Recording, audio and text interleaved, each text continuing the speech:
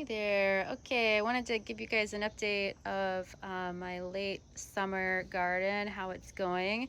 I'm gonna start out with a failure. This is my fig hedge, and it's nice and full and healthy and beautiful. It's not producing. So I tried a few different things this year that I hadn't done in years past. And so that is the topic of future discussion about what I'm going to do to get back to a fruiting harvest with that. So failures behind us.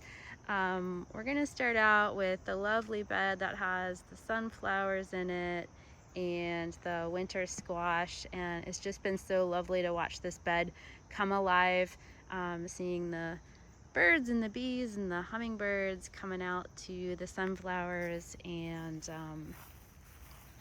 we've got all kinds of winter squash in here, you know, late in the season, so the vines are going to start dying back. That's normal, but all kinds of fruit in there. It's going to be a nice harvest.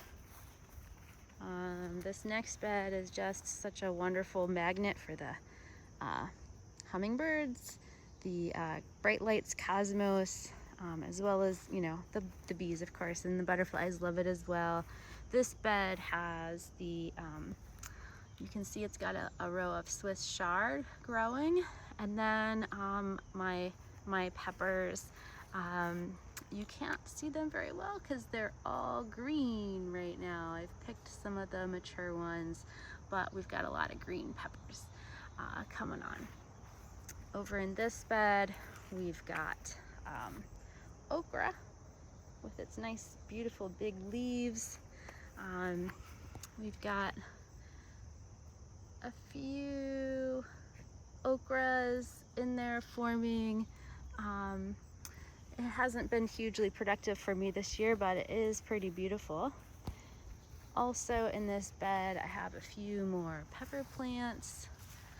So here's, it's like a hot pepper. And then up here we've got our lettuces. Now in all of my beds, you're gonna notice that I've got these white flowers here. This is buckwheat. It's a cover crop. I sowed it a year ago in the fall, and it kind of just pops up. It's a wonderful ladybug attractor, so you're bringing in beneficial allies, and it's so easy to just chop back if it's getting in the way of the plants. So I grow it sort of as a living mulch year round. I've also got carrots in this bed that are going to flower, and those carrot roots are feeding the soil organisms, so I just let them go. The flowers are bringing in pollinators, and again, I'm using it sort of as a way to bring in diversity to the garden. And so, you know, I'm going to chop it back if it gets in the way of the crops growing, but otherwise I kind of let it do its thing. And here is one carrot that I chopped back, and I just kind of left it on the soil as mulch, right? So we've got a lot of chop and drop mulch in here. I'm just kind of keeping that soil protected. This is a nice collard that overwintered, so I'm happy to have that here. This next bed has my bean teepee. Might do things a little bit different next year. I was just kind of using these bamboo poles because that's what I had this year. You know, we are getting a pretty good harvest here. I have to hunt for the bees though, or I'm sorry, I have to hunt for the beans in this teepee. So I might do it a little different next year just so it's easier to harvest, but this teepee is pretty cool for providing some shade for the lettuces back here, and that has worked out really, really well. You can see here on the bean leaves, some of them are showing some damage from Japanese beetles. That's sort of been my garden nemesis this year, but it hasn't been too bad. I just kind of hand-pick those, throw them in a bucket of soapy water, and the ones that I'm not getting, you know, hopefully are bringing in my beneficial insects. I've got my potato bags here. We're probably getting closer to a harvest now because the top parts are starting to turn a little yellow and just at the very beginning of starting to die back. But that kind of tells you that you know, they're kind of on their way to being done and ready. This bed here was my garlic bed. It performed wonderfully, and now I'm getting ready to plant for fall. So I added a layer of compost. You can see this is nice rich compost. I'm leaving some kale plants, some Swiss chard plants, a nice big carrot, and there's a calendula growing there. I'm going to leave that. And then as soon as I get that bed planted, I'll put the mulch back. And I think I'm going to talk in more detail about this fall garden planting in another video. And then here is my bed of tomatoes. And I did something different this year. You can see we've got some nice ripe ones coming in. And so I'm excited to do a little harvest today. I had trouble finding all of my tomato cages and supports and all of that, and so all of a sudden I had my indeterminate tomatoes going crazy and I didn't have tall enough supports for them. And so I just had this idea to sort of grow them like a berry vine and sort of prop them up vertically instead. And you know what that's done is it has hid the red tomatoes from the marauders, from the squirrels and the raccoons that are usually looking for them. They're kind of like, you know, if you look from here, all that you see is the foliage, but there are a lot of ripe tomatoes in there hidden. So that is something interesting I'll have to test in the future and see if it's just a coincidence or if it actually really works. This bed is about to be planted with blueberries, so I've sheet mulched with cardboard, and I gotta add, you know, my compost and soil and stuff like that. This section of the garden is my contour garden.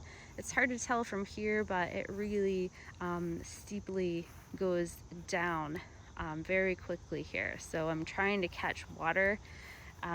Here is my strawberry bed. And you can see that I allow the carrots and the buckwheat to grow in here. I just chop and drop mulch as it becomes available to kind of protect that soil.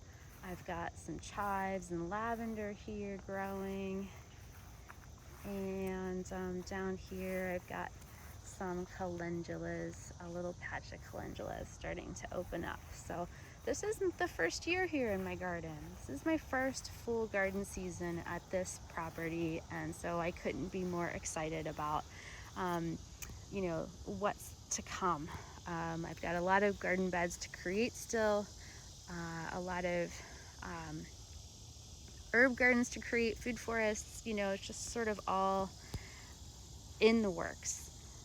This sort of garden bed is for herbs, and you can see the lovely anise hyssop here. It is probably my favorite. It is just teeming with bees all day long, all night long, and it's been going all summer. It's starting to flap over now, getting to the end of its season, but I am not going to do anything with that while the pollinators are still excited about it. I've got my giant patches of Russian comfrey, some oregano there, and yeah, those are the other things, are kind of stuff that's in works. This round bed here in front of me is collecting a whole lot of water coming down this hillside, and I know, again, it's hard to see this hillside from where I'm standing, but right now this circle is filled with sweet potatoes, and it's been so lovely to see the flowers come up in it as well. We've got some cosmos, some dwarf sunflowers. This is holy basil here in front. The bees love that, and it has such a lovely fragrance. And we've got a nice patch of borage as well. And so hopefully we'll get a good harvest from those sweet potatoes. Okay guys, I think that is it from my fall garden. Thank you for watching, and I hope that you have a nice day.